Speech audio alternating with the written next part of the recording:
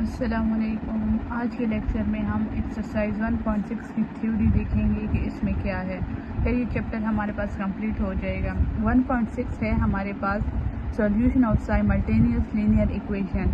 कहते हैं कि लीनियर इक्वेशंस आप उनका सॉल्यूशन कैसे फाइंड करेंगे। System of two linear equation कहते हैं दो लीनियर इक्वेशन देखे जाएँ, उसकी दो वेरिएबल हैं एक्स और वाई। ठीक है, जनरल फॉर्म हमारे पास क्या होगी, A X plus B Y equal to M या C X plus D Y equal to 1। ये इक्वेशन 1 नाम दें इसको इक्वेशन 2 दें, और या A X equal to B. ठीक है, ए मैट्रिक्स आप सपोज करें A B C D, X matrix आप लें एक्स वाई और बी लें एम एन। ठीक है, एक्स आप हमेशा एक्स वाई ही लेंगे, या मतलब आपके पास वेरिएबल होने चाहिए।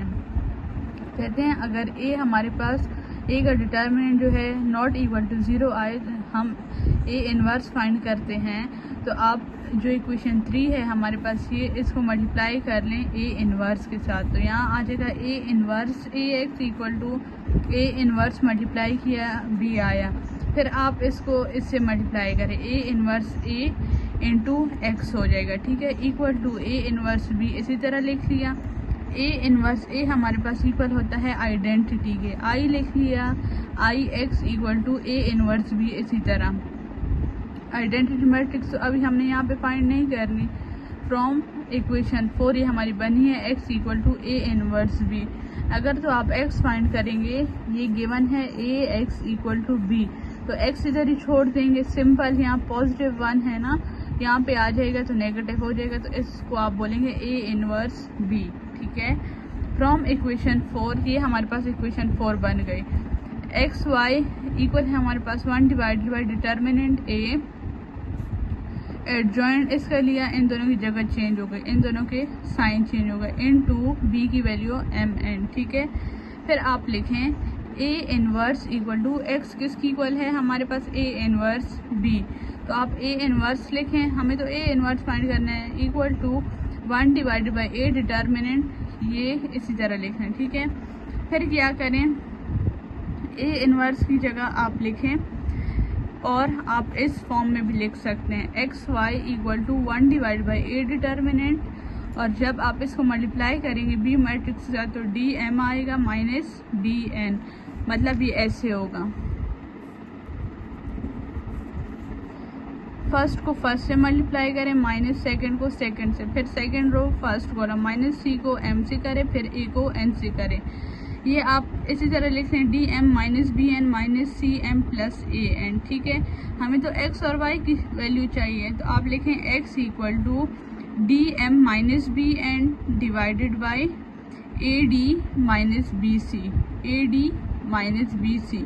ये हमारे पास किसकी वैल्यू आ गई, एक्स की। y की क्या है minus C M plus A N divided by A D minus B C, जो एडजॉइंट हमारे पास ये वैल्यू जो है इसका डिटर्मिनेंट जो आएगा, आप इसकी क्रॉस मल्टीप्लिकेशन करेंगे, minus minus B into minus C. ठीक है, A D minus minus plus हो जाएगा माइनस बी सी, तो आप इसको डिटर्मिनेंट पे डिवाइड कर देंगे। A determinant equal to A D minus B C, देखिए इधर लिखा हुआ है, एक्स वाई की वैल्यू आ गई, ए डिटर्मिनेंट की भी। Hence the solution of given equation 1 and 2, 1 और 2 का सॉल्यूशन क्या है, एक्स की वैल्यू भी हमारे पास मिल गई है D M minus B N A D minus B C, और वाई की भी। कहते हैं it may be remember that A determinant जब इक्वल टू 0 आएगा तो जो मल्टीप्लिकेटिव इन्वर्स होगा वो एग्जिस्ट नहीं होगा, और जो सॉल्यूशन होगा साइमल्टेनियस का वो हम फाइंड नहीं कर सकते। अब एग्जाम्पल से समझते हैं। एग्जाम्पल नंबर 24 देखिए, solve the following system of equation. कहते हैं आपको दो इक्वेशंस दी हुई हैं, आप इसको मैट्रिसेस की फॉर्म में लिखे फिर सॉल्व करें। ए यहाँ पे एक्स है ना, कुछ नहीं होता तो 1 होता है, 1 माइनस 3, ये हमारे पास फर्स्ट इक्वेशन हम ऐसे लिखेंगे। सेकंड देखिए 2 वाई के साथ क्या है 1 है, 1 लिख लिया, इंटू मैंने क्या बोला था, यहाँ पे आप एक्स वाई ही लिखेंगे जैसे पीछे लिखा था, एक्स की वैल्यू एक्स वाई, तो एक्स की जगह हम एक्स वाई लिखेंगे, और बी की वैल्यू आपके पास जो इक्वल के बाद वैल्यूज होंगी ना वो आपके पास बी की होंगी 0, 7। पहले आप इसका डिटर्मिनेंट ले लें, क्रॉस मल्टीप्लिकेशन करें, 1 into 1 -2 into -3, 1 1 are 1, minus minus plus 2 3 are 6, 1 + 6 को जब आप प्लस करते हैं तो 7 आता है। 7 हमारे पास 0 के इक्वल नहीं है, तो हम ए इनवर्स फाइंड कर सकते हैं। We get A inverse equal to 1 divided by determinant क्या आया है 7, और आप इसका एडजॉइंट ले लेंगे। इन दोनों की जगह चेंज हो जाएगी और इनके साइन, -3 था पॉजिटिव हो गया, +2 था -2 हो गया। अब आप ये फार्मूला बस याद रखें, इस फार्मूले में आपने पुट करनी है A X equal to B है, लेकिन हमें तो एक्स की वैल्यू चाहिए, तो ए इस साइड पे आ जाएगा इक्वल के, तो ए इनवर्स बी हो जाएगा।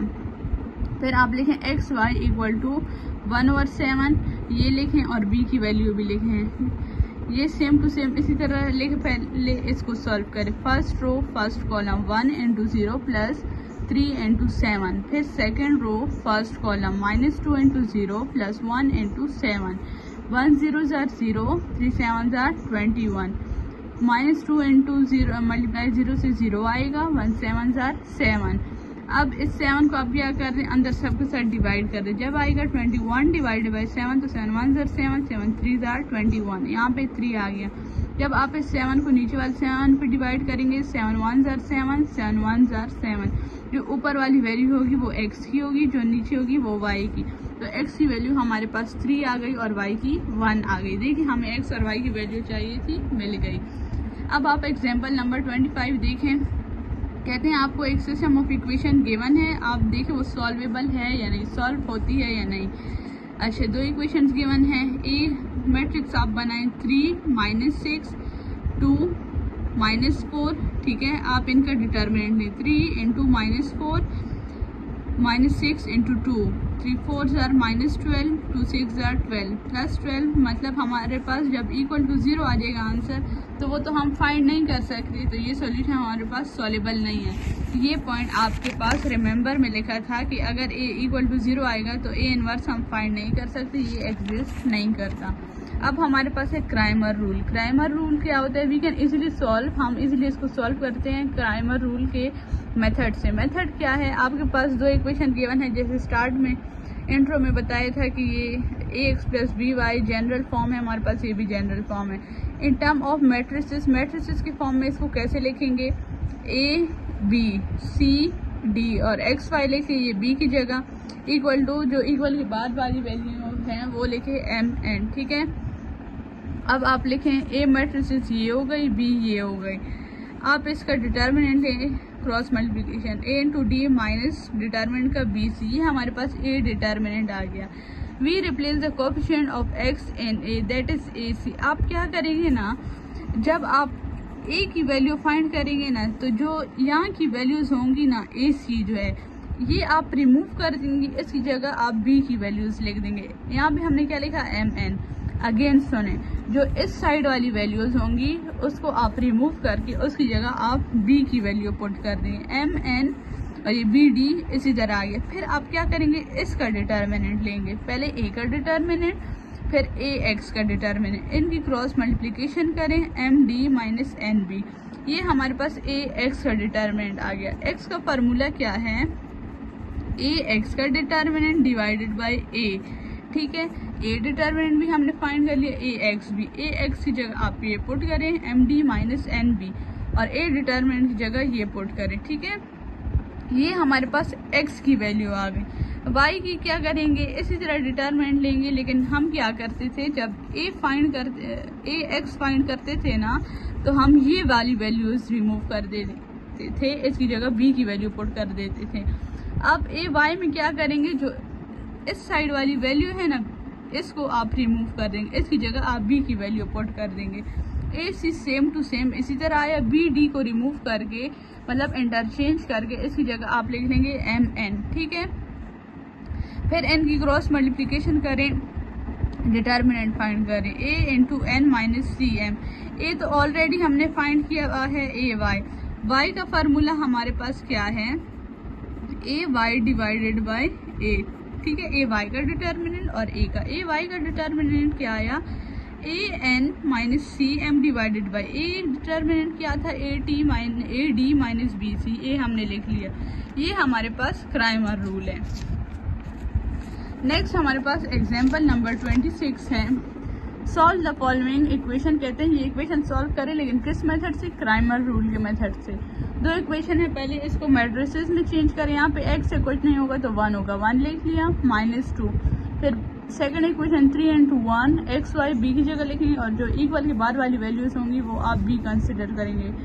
1 into 10, हमने तो x फाइंड करना है, लेकिन इसमें कहते हैं क्राइमर रूल के मेथड से करें। पहले आप a की वैल्यू लिखें, ये x की हो गई, ये b की हो गई। a का डिटर्मिनेंट ले 1 into 1 minus 3 into -2, minus minus plus हो जाएगा, 1 1s are 1, 3 2s are 6, 1 + 6 7 आया। ये हमारे पास 0 के इक्वल नहीं है, लेकिन ये तो हमारे पास क्राइमर रूल है, ये हम वैसे ही बता रहे हैं। अब आप ax फाइंड करें। ax कैसे फाइंड करते हैं? ये सेम टू सेम इसी तरह लिखेंगे, -2 1, और ये रिमूव करके इसकी जगह आप ये b वाली वैल्यू पुट कर देंगे 1 10, ठीक है।